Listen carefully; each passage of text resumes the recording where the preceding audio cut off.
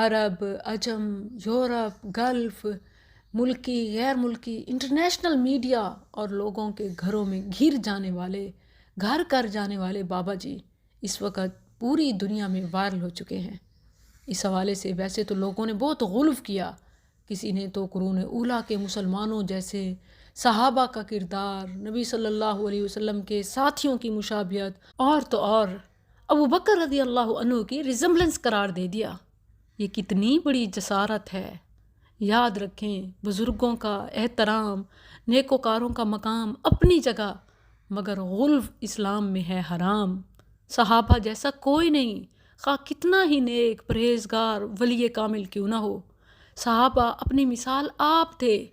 پہلے لوگ یوں ہی برباد ہوئے، انہوں نے نبیوں کو خدا سے ملایا، پھر ولیوں کو نبیوں تک پہنچایا، اور اب امتی کو صحابہ تک۔ یہ کیا غلو ہے؟ لوگوں کی توجہ حاصل کرنے کے لیے کیا کچھ بول اور لکھ جاتے ہیں، اور ذرا بھی نہیں دیکھتے کہ ہمارے الفاظ ہماری اپنی آخرت برباد کر سکتے ہیں۔ حالانکہ اسی واقعے میں ایک بہت بڑا پیغام ہے۔ کہاں لوگ طواف کے دوران عبادات میں بھی مہنگے سے مہنگے کیمراز، فوٹوگرافرز، سیلفیز سے نہیں چوکتے، صرف وائرل ہونے کے لیے، پبلسٹی کے لیے۔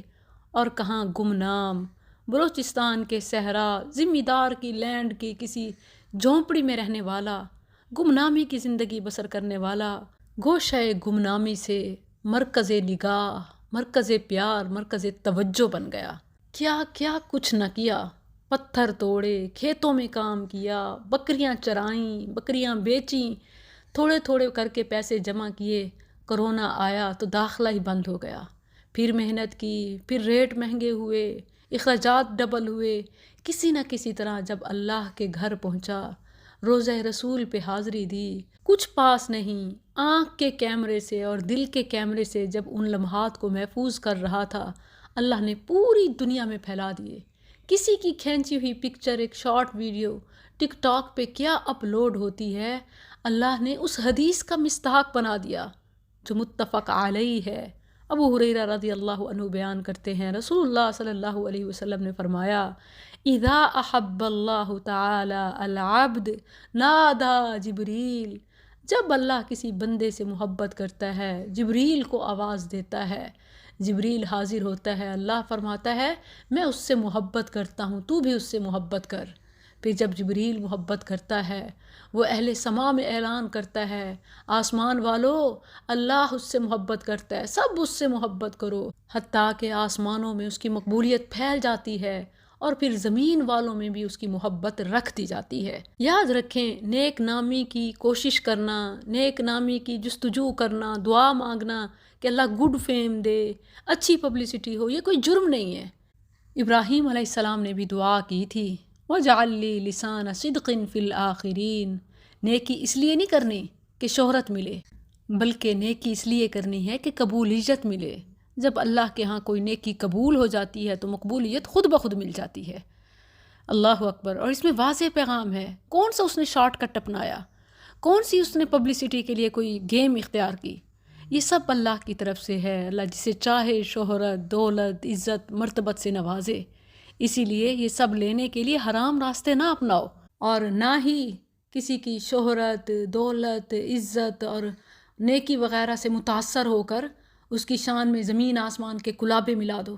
یہ بہت ہی غلط بات ہے، غیر شرعی کام ہے کہ میڈیا جس کا ساتھ دے رہا ہو، اکثر لوگ جس کی حمایت میں آ جائیں تو اسے جنت کا سرٹیفکیٹ دے دو، اور اکثر جس کے خلاف ہو جائیں اور لوگ جس کے بارے میں غلط گمان کرتے ہیں اسے جہنم میں ہی ڈال دو۔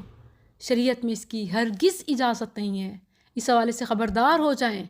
آپ بس زیادہ سے زیادہ کسی کی نیکی کی گواہی دے کر اس کے بارے میں اچھے تاثرات کا اظہار کر سکتے ہیں کہ میں اس کے بارے میں یہ جانتی ہوں یا میں یہ سمجھتا ہوں، دیٹس اٹ۔ کسی کے جنتی یا جہنمی ہونے کی اناؤنسمنٹ ہمارے اختیار میں نہیں ہے۔ ہمیں تو اپنا ہی نہیں پتہ ہم کسی کی کیا گواہی دیں گے۔ اس حوالے سے ایک حدیث سن لیجئے اور اس بات کو ہمیشہ ذہن نشین کر لیجئے۔ بخاری میں ام العلا رضی اللہ عنہا کے حوالے سے ہے، وہ فرماتی ہیں کہ عثمان بن مطعون رضی اللہ عنہ فوت ہوئے، اور ان کی تجہیز و تکفین جب ہو گئی تو اس موقع پر رسول اللہ صلی اللہ علیہ وسلم تشریف لائے۔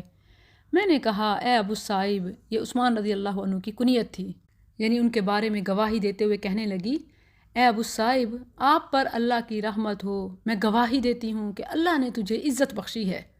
رسول اللہ صلی اللہ علیہ وسلم نے فرمایا، تجھے کیسے معلوم ہوا کہ اللہ نے اسے عزت بخشی ہے؟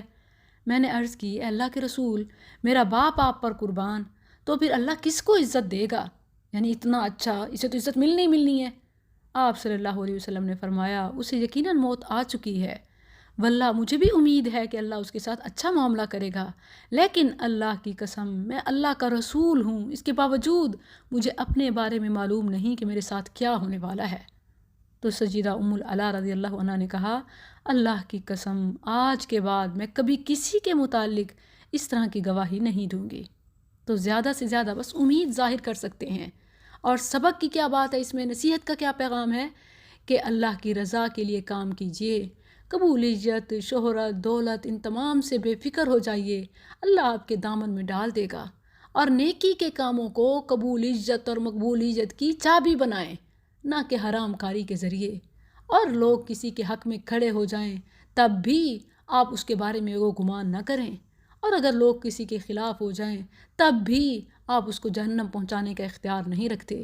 یہ معاملات تو اللہ کے ہاتھ میں ہیں، ظاہر کو باطن پر، باطن کو ظاہر پر قیاس نہیں کیا جا سکتا، اور غیب اور ظاہر کو جاننے والا وہی ہے، عالم الغیب والشہادہ الکبیر المتعال۔